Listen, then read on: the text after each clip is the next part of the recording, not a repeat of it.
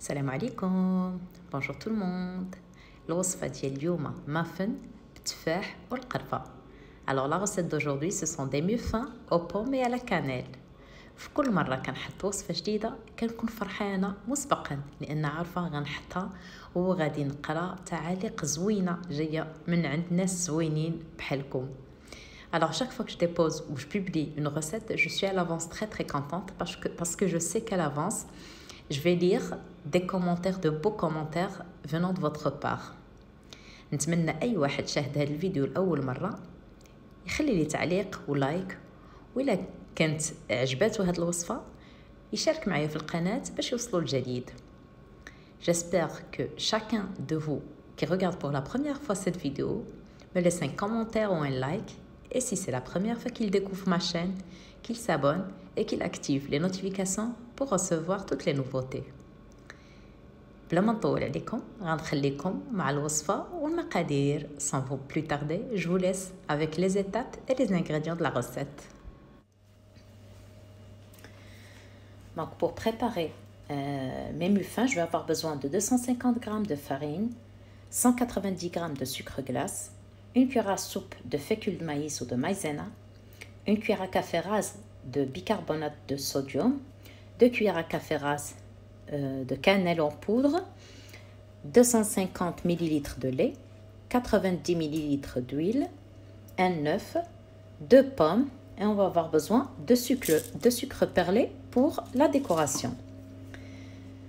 اذا غنحتاجو باش نصاوبوا المافن ديالنا 250 غرام ديال الدقيق، 190 غرام ديال السكر ثقيل، معلقه كبيره ديال النشا او مايزينا، معلقه صغيره ممسوحه ديال البيكربونات دو صوديوم، 2 معالق صغار ممسوحين ديال القرفه غبره ولا القرفه العاديه مطحونه، 250 ملل من الحليب، 90 ملل من الزيت، بيضه، 2 تفاحات، وغنحتاجو السكر حبيبات للتزيين.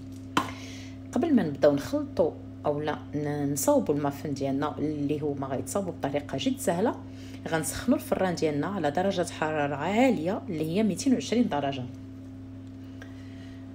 Donc avant de commencer de la préparation, je vais d'abord préchauffer ou faire préchauffer mon four à 220 degrés.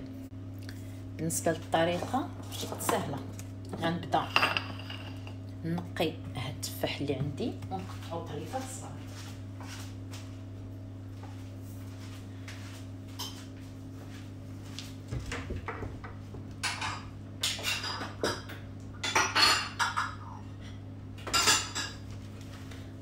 Donc, la préparation, elle est très simple et ne va pas me prendre beaucoup de temps.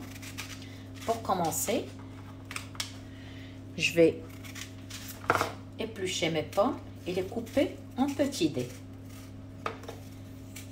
طريقة طريقة تحضير هاد المافن جد سهلة. أول حاجة غنبدا بها غنقي التفاح اللي عندي وغنقطعو طريفات صغار عشوائيين.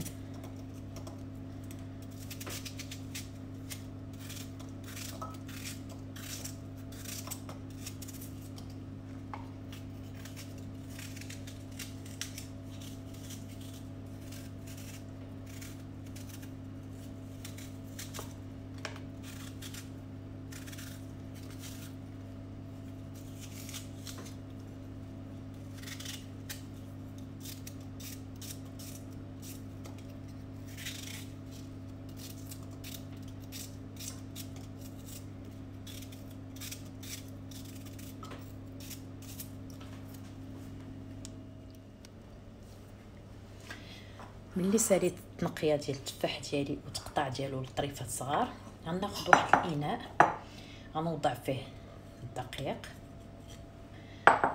غنزيد عليه السكر ثقيل، غنزيد المايزينا. Donc je vais prendre un bol, je vais y mettre la farine, le sucre glace, la fécule de maïs.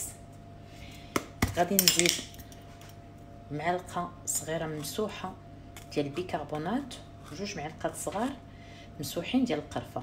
Donc je vais ajouter une cuillère à café rase de bicarbonate et une cuillère à café, deux cuillères à café rase de cannelle. Pour ceux qui n'apprécient pas trop le goût de la cannelle, ils peuvent se contenter d'une seule cuillère. بالنسبه للناس اللي ما تعزيزاش عليهم القرفه بزاف يقدروا يكتفوا غير بمعلقه واحده. غنخلط هذا الشيء فقط بواحد السباتول هكا.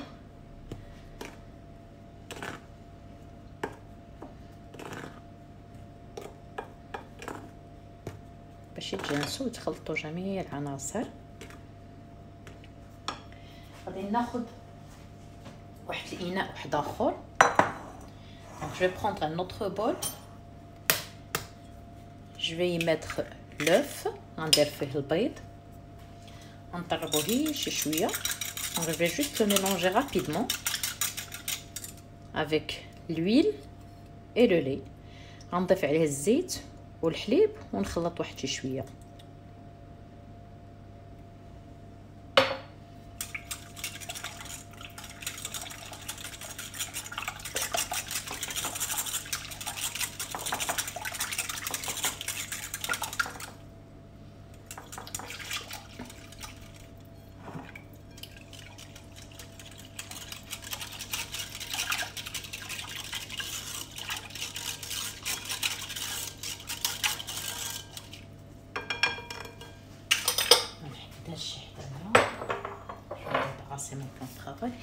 غنضيف لهم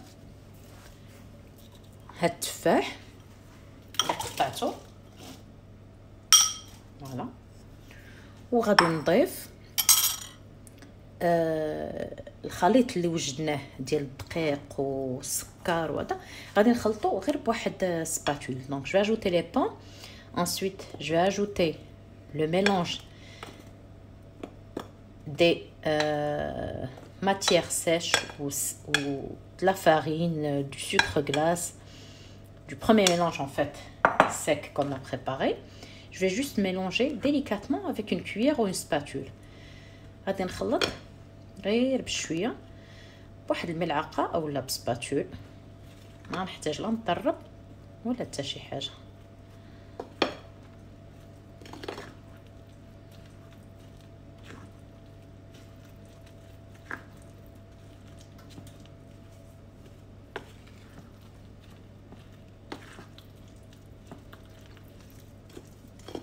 انا الفران ديالي راه سخن. غادي نسالي وغادي نعمر لي كاسات ديالي اولا الكويغطات ديالي ل3 أرباع وندخلهم للفران مباشره.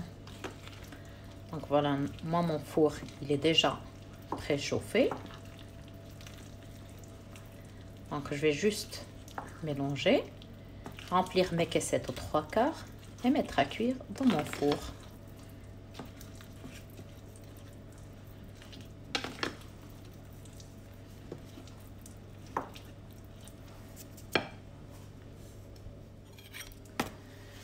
وغنبدا نعمر الكاسات ديالي بهذا الخليط.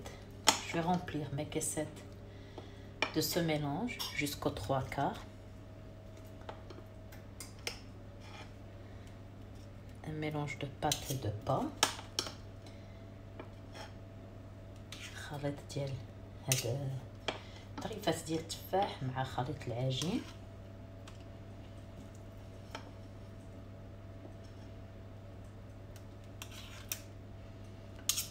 فاش غادي نعمرهم كاملين غادي نرشهم بالسكر حبيبات قبل ما ندخلهم للفران.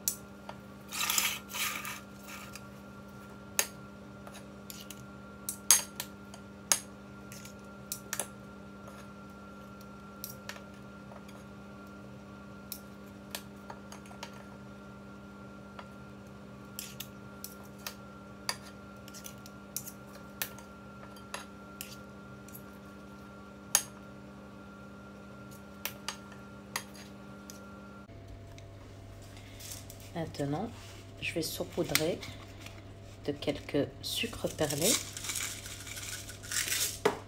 et mettre mes muffins à cuire, comme je l'ai dit tout à l'heure, dans un four préchauffé à 220. Donc je vais les mettre pour 15 minutes jusqu'à 20 minutes au grand maximum. Ça dépend des fours en fait.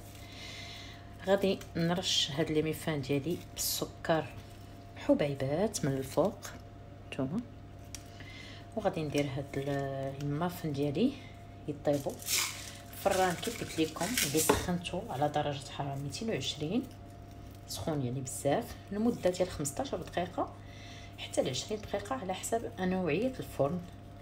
يعني كيف كتعرفوا كنشوفوا المافن ديالنا واش طايبين واحد عود الشواء اولا واحد الكيردو، وتنزيدوا لهم ديك 5 دقائق اولا ما تنزيدوهاش.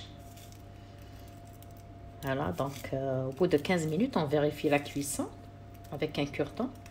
Si c'est cuit, c'est ok. Sinon, on le rajoute 5 petites minutes. المافن ديالي وجد والوصفه ديال اليوم تسالات. ما بقى لي غير نقول لكم تبقاو على خير. Même muffin sont prêts et ma recette est terminée. Il ne me reste plus qu'à vous dire à très bientôt.